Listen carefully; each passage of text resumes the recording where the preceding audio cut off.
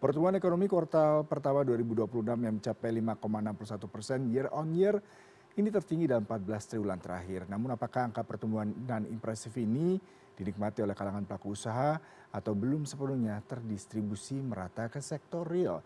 Apalagi hingga kini memanasnya geopolitik di Timur Tengah mulai berimbas pada pelaku usaha. Nah, untuk membahasnya sudah bergabung melalui sambungan virtual Ketua Bidang Hubungan Antar Lembaga DPN Apindo Sarman Simanjorang. Selamat pagi Pak Sarman. Selamat pagi Mas Yuda, salam sehat dan semangat Salam sehat selalu. Bapak. Ini kabar baik ya Pak, 5,6% pertumbuhan ekonomi di kuartal pertama. Sepertinya juga Betul sekali. memberikan harapan buat kita semua Pak. Nah tapi yang menarik apakah pelaku usaha dan Apindo sendiri sudah merasakan nih Pak adanya pertumbuhan ekonomi yang memberikan implikasi positif terhadap roda perekonomian para pelaku usaha Pak? Ya, tentu kita memang apresiasi bahwa pertumbuhan ekonomi kita di kuartal pertama ini sangat-sangat positif. Dan memang ini sudah kita prediksi di Mhm. kuartal pertama ini akan bisa mencapai 5% lebih dalam hal ini. Kami memang awalnya prediksi di kisaran 5,2 sampai 5,4%, tapi ya ternyata meleset ya jauh 5,1%, tentu kita apresiasi. Nah, ini mungkin karena apa? Karena di kuartal pertama ini ada momentum yang bisa kita pergunakan untuk meningkatkan daya beli masyarakat kita atau konsumsi Mhm. rumah tangga.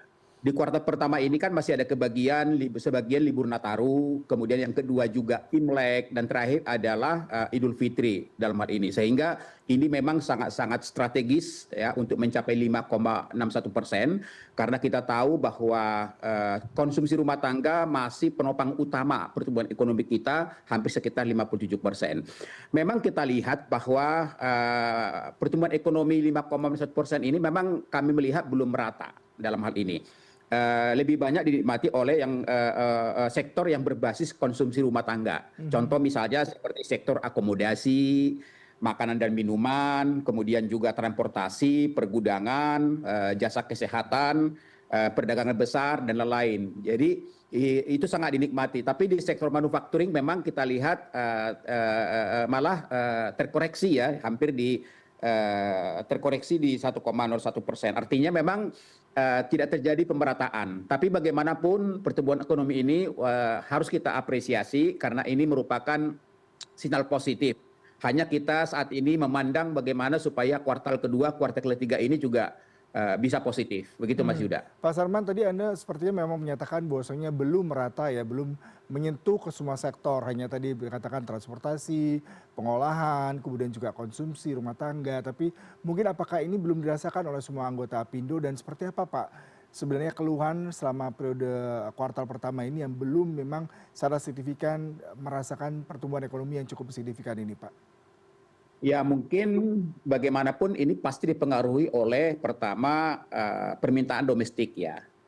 Yang kedua juga permintaan ekspor, kemudian juga dipengaruhi juga oleh faktor logistik misalnya, ya masalah keterlambatan pengiriman, kemudian juga bahan baku dan lain-lain. Nah tentu juga kondisi geopolitik kita yang saat ini penuh tidak kepastian dalam hal ini. Sehingga memang sektor manufaktur ini menjadi salah satu perhatian pemerintah ke depan, ya bagaimana mereka tetap produktif, apalagi di sana tersedia cukup banyak lapangan pekerjaan. Jadi industri manufacturing, padat karya, tentu ini menjadi perhatian supaya nanti pertumbuhan ekonomi ini juga bisa dirasakan di sektor manufacturing. Begitu Pak Suda. Mhm. Kalau kita mereview ya Pak, pertumbuhan ekonomi kemarin ini sangat bertumbuh pada pengeluaran ataupun konsumsi pemerintah yang mencapai 21,81%. Ini dilihat dari pembagian THR, kemudian program MBG, sekolah rakyat, kemudian juga koperasi merah putih, seperti itu ya Pak.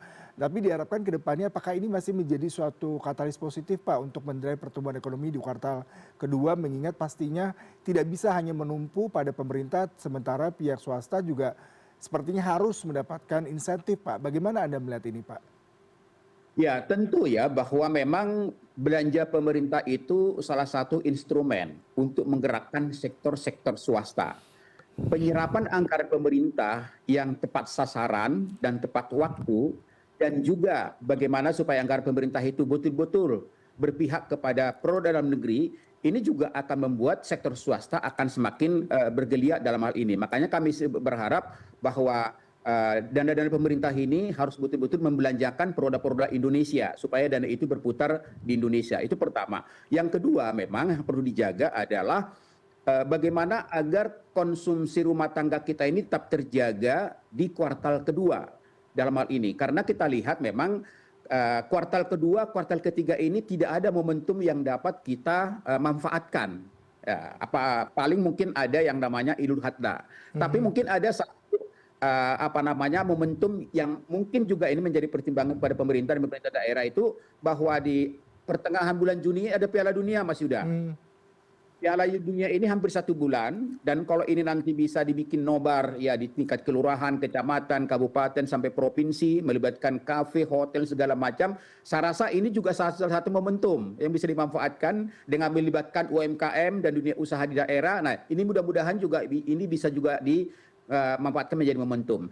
Tapi juga yang paling strategis adalah program-program pemerintah yang mampu mendorong daripada pertumbuhan ekonomi kita di kuartal pertama. Ya tentu misalnya seperti bantuan-bantuan sosial, ya, bantuan kepada masyarakat yang tepat waktu, tepat sasaran, kemudian juga perluasan program padat karya misalnya, karena kita tahu saat ini kan dunia usaha belum pada posisi ya bisa menciptakan lapangan pekerjaan, tapi untuk sementara waktu misalnya yang namanya program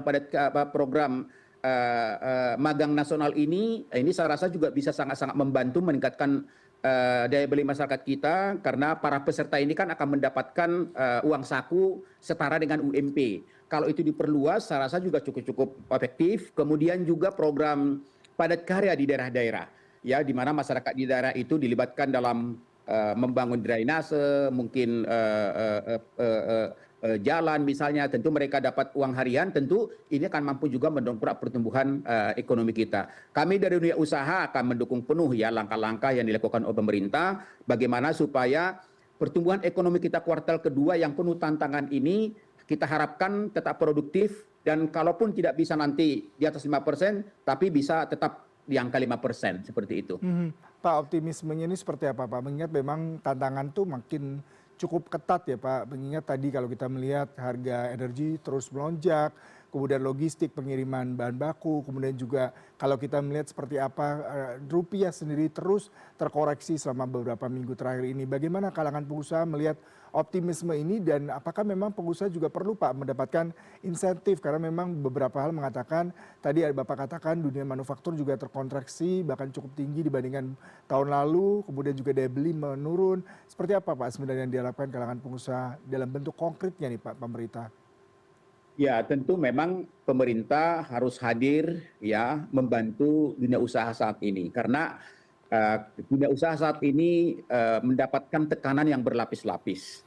Mulai yang pertama dampak daripada logistik ini yang mengganggu daripada bahan-bahan baku impor, kemudian juga kenaikan BBM, kemudian juga yang namanya kenaikan gas, kenaikan harga plastik, kemudian juga kenaikan dari berbagai bahan baku impor, apalagi dengan adanya pelemahan nilai rupiah. Ini semakin menekan dari dunia usaha. Nah, untuk itu kami sangat berharap agar pemerintah memang memikirkan kira-kira stimulus apa, relaksasi apa yang diberikan kepada dunia usaha supaya dunia usaha itu untuk mampu bertahan dan tidak melakukan hal-hal ya yang sangat-sangat tidak kita harapkan, yaitu pengurangan pekerja dalam hal ini. Nah, untuk itu harapan kami dari dunia usaha adalah pertama supaya pemerintah mampu menjaga nilai tukar rupiah kita. Jangan sampai kelemahan ini berlanjut, tapi kita harapkan dengan intervensi yang dilakukan nilai rupiah kita ini segera menguat. Itu satu harapan kami kepada pemerintah. Yang kedua tentu menjaga daya beli masyarakat kita. Seperti yang saya katakan tadi bahwa 57% pertumbuhan ekonomi kita masih ditopang oleh konsumsi rumah tangga. Jadi pemerintah harus menjaga supaya daya beli masyarakat kita ini tetap produktif. Kemudian adalah percepatan berbagai belanja-belanja pemerintah. Ini juga menjadi harapan kami, seperti di kuartal pertama ini, di kuartal kedua juga kita harapkan bagaimana belanja pemerintah ini mampu menjadi menggerakkan daripada berbagai sektor-sektor swasta dalam hal ini. Terus yang kemarin adalah bagaimana harapan kami perhatian khusus pemerintah kepada sektor manufacturing, ya, dan juga padat karya. Ini perlu juga diberikan stimulus atau relaksasi karena bagaimanapun di sana tersedia jutaan lapangan pekerjaan, pekerja di sana, ya, sehingga ini tak bisa bertahan supaya nantinya tidak terjadi badai PHK. Begitu harapan kami. Pak, kalau kita bicara mengenai rupiah yang terus melemah, bahkan berada di kisaran 17.400 sejauh ini, dari Apindo sendiri, apakah sudah ada Pak dampak yang sangat eksplisit yang dihadapi dan dirasakan oleh para pengusaha, para-paranya mungkin sudah tidak ada lagi melakukan ekspansi, tidak ada lagi pembelian, investasi, seperti apa Pak? Ya, kalau sampai saat ini ya dengan situasi geopolitik ya yang masih belum menentu, tentu dunia usaha saat ini pasti akan melakukan mitigasi untuk mampu bertahan.